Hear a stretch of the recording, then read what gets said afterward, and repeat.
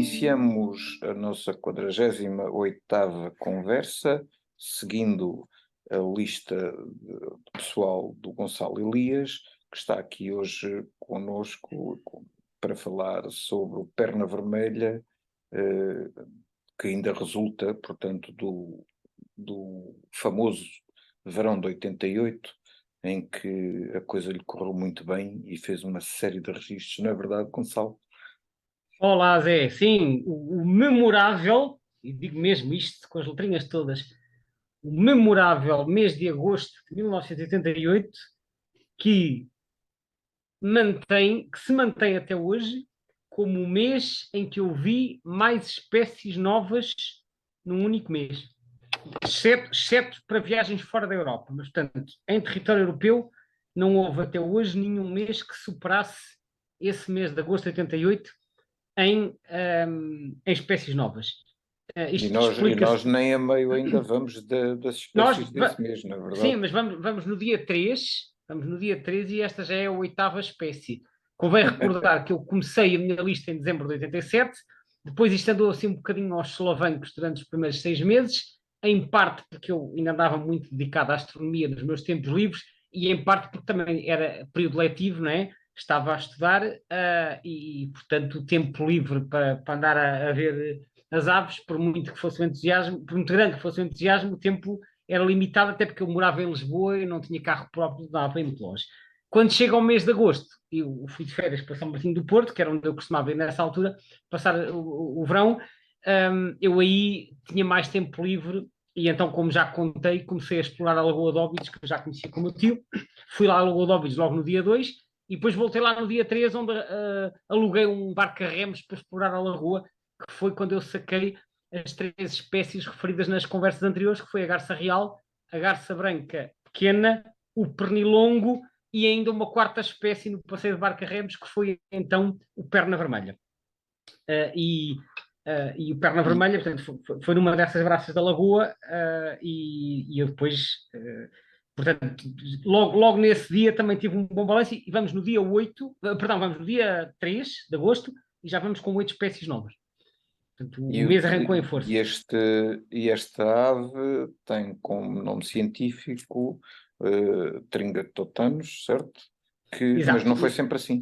Não, este nome também tem aqui algumas nuances engraçadas. Para começar, esta é uma das espécies catalogadas inicialmente pelo naturalista sueco Carl von Linnaeus, que nós em português muitas vezes dizemos simplesmente Linneu. Foi catalogada logo em 1758 com o nome Scolopax totanus. Eu creio já ter referido noutras ocasiões que o Linneu tinha um número de géneros muito reduzido. Isto depois, mais tarde, é que a taxonomia se foi ramificando. E o perna vermelha faz parte, juntamente com um grande número de outras limícolas, como são os maçaricos e os pilritos e mais uma série deles, da família dos escolopacídeos. E, portanto, ele enfiou aqui uma data desta maçaricada no género Scolopax. Então, isto é Scolopax totanus. Portanto, o género, é o género que depois deu o nome à família. Mais tarde, há uma série de maçaricos que passam para o género Tringa. Tringa, que é um nome que vem do latim, é um termo do latim medieval, mas aparentemente tem origem no grego, numa palavra grega que é trungas, uma palavra engraçada, trungas, que supostamente designa uma ave mencionada por Aristóteles, que era um dos naturalistas da antiguidade. Ele mencionava essa ave trungas, que era uma ave enfim, uma ave tipo limícola que se alimentava nos lodos. Não se sabe se era esta espécie ou qual é que seria, mas alguém depois resolveu aproveitar este nome de trungas, isto foi latinizado como tringa, então isto passou a ser tringa totanus. O totanus é uma palavra que não vem nem do latim nem do grego, vem nada mais, nada menos que do italiano, porque em italiano o nome dado ao perna vermelha é tótano, portanto isto é o tringa tótano, tótano, totano, totano, totanos. Foi assim que aparece o tringa totanos. Portanto, esta é um bocadinho a história. E já agora ainda sobre os nomes, uma curiosidade é que nós dizemos o perna vermelha, mas perna é uma palavra feminina. Então, se perna é feminina, porque é que não é a perna vermelha e é o perna vermelha? Fazes ideia da resposta? Estamos a referir a uma ave que também é feminino. Não, mas exatamente. Não, é que pelas investigações que eu fiz, isto que eu vou dizer, não tenho a certeza absoluta, estou a tentar reconstituir a história, mas penso até pela designação que é usada noutros territórios de língua portuguesa, que perna vermelha, na verdade, é um nome abreviado, é uma designação abreviada de um nome mais longo que seria maçarico de perna Maçarico, vermelha. pois, exatamente. Portanto, e se é o maçarico é masculino. Portanto, olha um maçarico de perna vermelha. Mas como o nome maçarico de perna vermelha é muito comprido, isto se calhar a certa altura na história caiu e ficou, olha, é um perna vermelha. É um de perna vermelha. Portanto, um maçarico de perna vermelha, um de perna vermelha, é um perna vermelha. Não é difícil imaginar que tenha sido esta a evolução. Estou aqui a fazer algumas suposições, porque não tenho É possível, provas que até a porque evolução tenha sido esta. um dos nomes comuns que lhe está atribuído é precisamente Maçarico, não é? Uhum.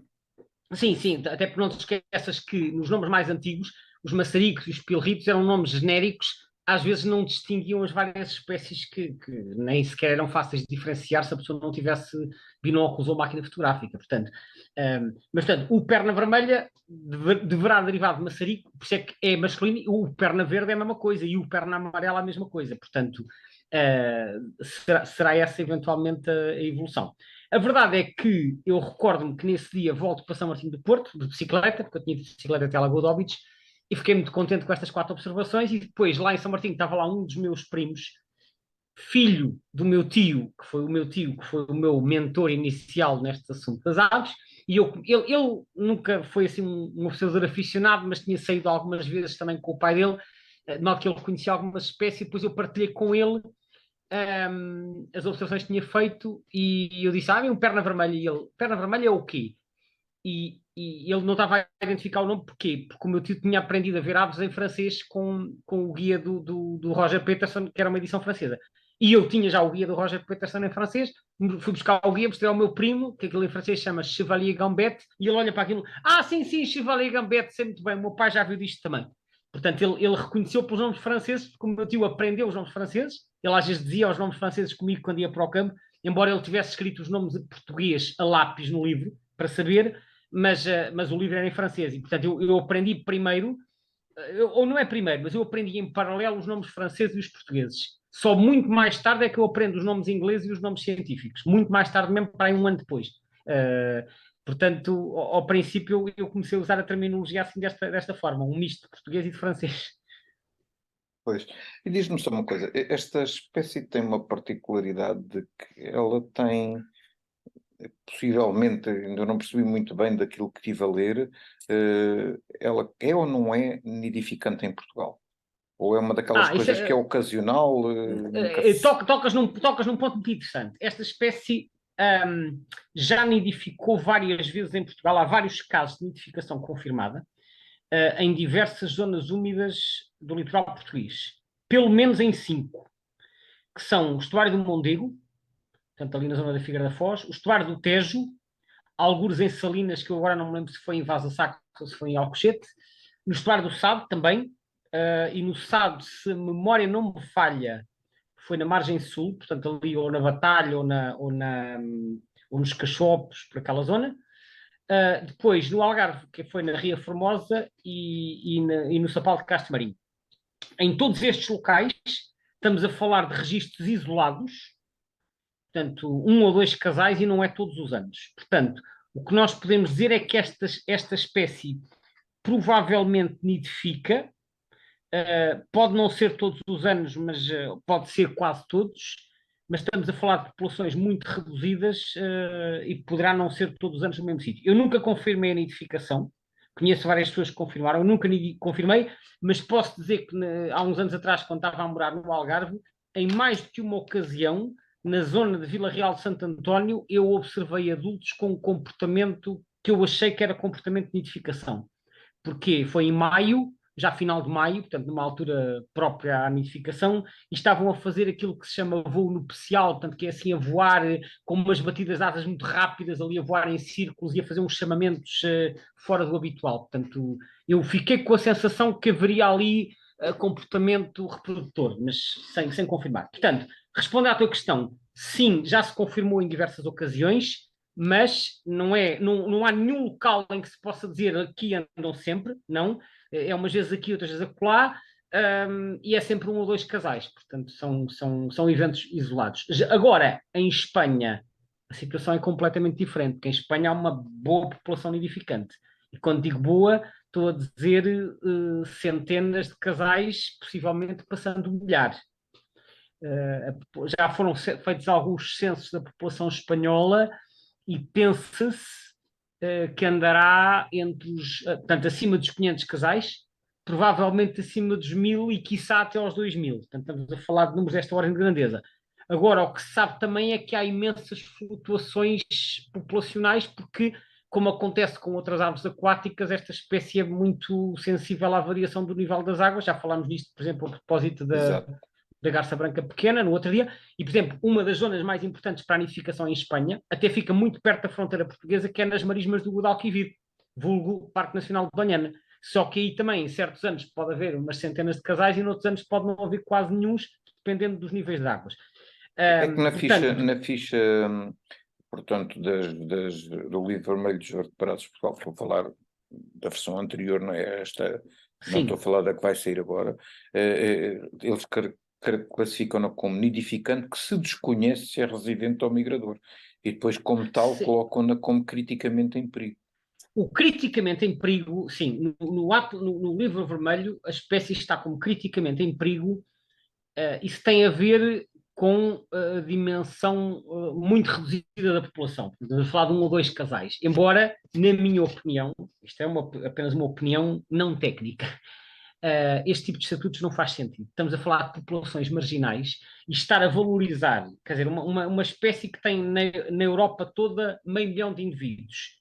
Nós temos cá um ou dois casais que, devido a uma fronteira administrativa, estão num território diferente, mas adjacentes a um país onde há 1000 casais. Por causa dessa fronteira, a espécie está classificada como criticamente em perigo, colocando-a num estatuto de elevada prioridade em termos de conservação. Mas não faz sentido porque a nível ibérico, por exemplo, ela não tem esse estatuto.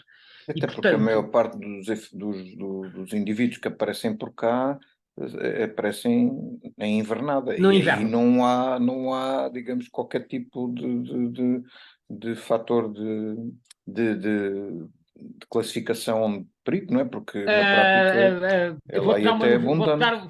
Vou-te dar uma novidade. Isso que tu disseste é verdade para o livro vermelho de 2005. Sucede, porém, que o novo livro vermelho, que está em vias de ser anunciado, eu penso que, aliás, o que me tinham Pois eu dito é ainda que não tenho conhecimento dele.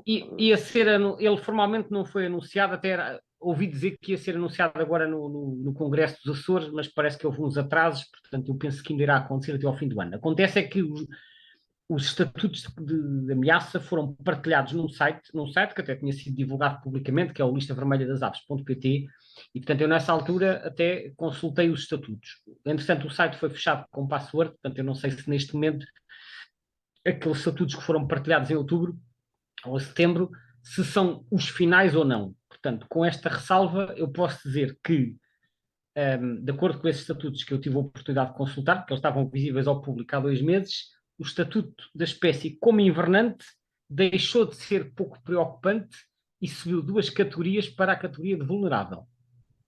Ok. É um salto importante. E posso dizer outra coisa, a nível europeu, de acordo com o livro vermelho europeu, que já foram feitos 2, em 2015 estava também, e isto com os nidificantes, estava com o estatuto de pouco preocupante, e no livro vermelho de 2021 também deu um salto de 2 graus e passou a estar vulnerável também. Porquê? Porque aparentemente está a haver um declínio considerável das populações nidificantes por toda a Europa, e esse é um dos critérios que pode servir para justificar uma subida de categoria. Sabe-se, por exemplo, que há perdas de populações nidificantes em países como a República Checa, a Eslováquia, a Bulgária, a Suíça, a Ucrânia e até a Espanha, especialmente devido à perda de habitats e à intensificação da agricultura, onde é que a gente já ouviu falar disto, não é? Portanto, Parece. infelizmente, e outros fatores, por exemplo, a pressão por causa da pecuária, a drenagem de zonas úmidas, o controle de cheias, a florestação, a transformação o enxugamento de terrenos, desenvolvimento industrial, portanto, uma série de fatores que acabam por afetar o habitat, entre outros, desta espécie. Fatores, Portanto, portanto, neste caso, todos eles humanos, não é? Claro, claro, alterações de habitat são quase sempre de origem humana. Em Espanha, ele está como pouco preocupante no caso da população invernante e está como, no caso das populações reprodutoras, está com uma categoria que é pouco utilizada, que é o DD, que é o Data Deficient, ou seja, em português é dados insuficientes. Ou seja, não tem categoria atribuída porque se considera que a Não informação foi disponível... estudada, não é? Não, estudada foi, só que considera-se que a informação obtida não permite definir claramente uma categoria. E, portanto, isto é uma espécie de categoria de transição que está à espera de mais informação. Mas, de qualquer forma, como te disse, em Espanha nidificarão 500 a 1000 casais, eventualmente mais, distribuídos por várias zonas costeiras, mas especialmente Andaluzia e Catalunha. Catalunha é no delta do Ebro, Andaluzia, como já disse, é em Doñana, e depois, assim, de forma mais dispersa no interior da península, que é na região de Castela-Leão e Castela-La Mancha. Depois, em termos de população invernante, os censos feitos ao longo dos anos sugerem cerca de 5.000 indivíduos invernantes em Espanha, distribuídos por diversas zonas úmidas costeiras, e em Portugal 3.000 a 5.000 também. E em Portugal estão concentrados nas maiores zonas úmidas, em particular o estuário do Tejo, o estuário do Sado e a Ria Formosa, e depois em menor grau noutros estuários. E, portanto, o total de invernantes estimados para a Península Ibérica é 8 a 10 mil. Agora, como eu referi há pouco, a população nidificante está a diminuir um bocado na Europa e às vezes sabes que estas espécies muito abundantes, elas podem levar uma talhada de 20 ou 30% e nós quase não damos por elas se não fizermos censos. Porque continuas a ver muitos e, portanto, se a pessoa não está a contar, se calhar, imagina, num ano vês 50, passado uns anos só lá estão 40 e tu não dás conta da diferença se não tiveres a contá-los. Daí a importância de fazer os censos para percebermos as tendências populacionais. Uma das particularidades desta espécie, que para quem gosta de fotografar em particular, isto acaba por se tornar um bocado irritante, é que elas são relativamente desconfiadas e assim que sentem uma ameaça desatam a apitar Exato. e a voar e afoguentam tudo o que está ali à volta. São um bocadinho frenéticos e andam sempre ali em movimento, estão sempre a olhar e ao primeiro sinal de alarme eles afastam-se. É verdade, não sei porquê, há espécies que são naturalmente mais desconfiadas, às vezes também pode refletir, sei lá, algum tipo de perseguição de que foram alvo no passado, não sei se é o caso aqui, mas há espécies que desenvolveram um comportamento muito arisco em relação aos humanos, talvez porque no passado já houve razões que o justificassem. Não sei se foi o caso nesta espécie ou não, mas sim, eu concordo contigo, eles não permitem grandes aproximações, não é muito fácil. Peço desculpa. Estava aqui a pensar também numa questão que é estes fatores de ameaça com esta questão também da perturbação dos espaços, a poluição não aparece como um dos aspectos, digamos, de ameaça, de fator de ameaça. Eu pergunto isto porque o tipo de alimentação que estes bichos têm está muito dependente da qualidade pelo menos aqui em Portugal, não é? Da qualidade dos lodos, não é? Eles alimentam-se de muitas Bom, espécies sim, diferentes. sim, eles alimentam-se na vasa. Portanto, a vasa é aquele tipo de sedimento no estuário que não é arenoso, que é mais lodoso mesmo, não é? É mais lama do que propriamente areia. E aí eles procuram invertebrados, nomeadamente gastrópodes e poliquetas e lambujinhas e outros tais. É assim, eu imagino, não tive a estudar muito isso, mas eu imagino que a poluição naturalmente afete a qualidade das águas e, consequentemente, a disponibilidade de alimento. É porque depois, quando é Penso, período de nidificação, normalmente o alimento tem que ser abundante, senão não conseguem alimentar a prole, não é? sim, mas atenção, que eles frequentam os estuários nas zonas na época de invernada, não nas épocas de nidificação. Então Não, os casos de nidificação, ainda que esparsos e poucos de conhecidos em Portugal, não foram também em zonas úmidas? sim, mas normalmente em salinas. Ou seja, não é nos lodos, porque, aliás, nos lodos praticamente nenhuma ave se reproduz porque aquilo não tem condições de reprodução, na medida em que, repara, com a subida da maré, qualquer ninho ali ficava debaixo d'água, não é? Portanto, os locais de nidificação conhecidos em Portugal foram principalmente em salinas, e daí, aliás, os locais que eu referi, tanto Mondego, Tejo Sado, Ria Formosa e Castro Marinho, são todos sítios com salinas, ou então em tanques de aquaculturas, também tem aqueles separadores. Embora haja registros de reprodução em zonas com sapal, que às vezes podem ser adjacentes aos estuários ou adjacentes às salinas. Mas, seja como for, estamos a falar de uma população tão reduzida que não estaria necessariamente muito dependente só dessas questões da poluição. Eu acho que essas questões da poluição iriam afetar essencialmente a dimensão da população invernante, parece-me. Mas a população também está a diminuir porque se sabe que está a diminuir nos países de origem. E nos países de origem, muita da reprodução, que é onde está a maior parte da população, ocorre no interior do continente, e estamos a falar de zonas de água doce. Aliás, há muitas limícolas em que isto acontece, reproduzem-se em zonas de água doce, de interior, limícolas e outras aquáticas, e depois vêm invernar ao litoral. Daí que os estuários tenham muito mais animais, portanto, aves aquáticas no outono e no inverno, mas estejam praticamente vazios no final da primavera e no início do verão. Porque foram para o norte, e as que ficaram por cá, muitas foram para o interior. Gonçalo, mais uma vez vamos deixar a conversa terminar com mais alguns assuntos para debater numa futura oportunidade. Eu só tenho a dizer, haja saúde para chegarmos todos à segunda volta, não é? Esperemos que sim. Exato. Ok. Olha, obrigadíssimo mais uma vez por esta conversa, e a todos Obrigado que nos ouviram, e até à próxima. Até à próxima.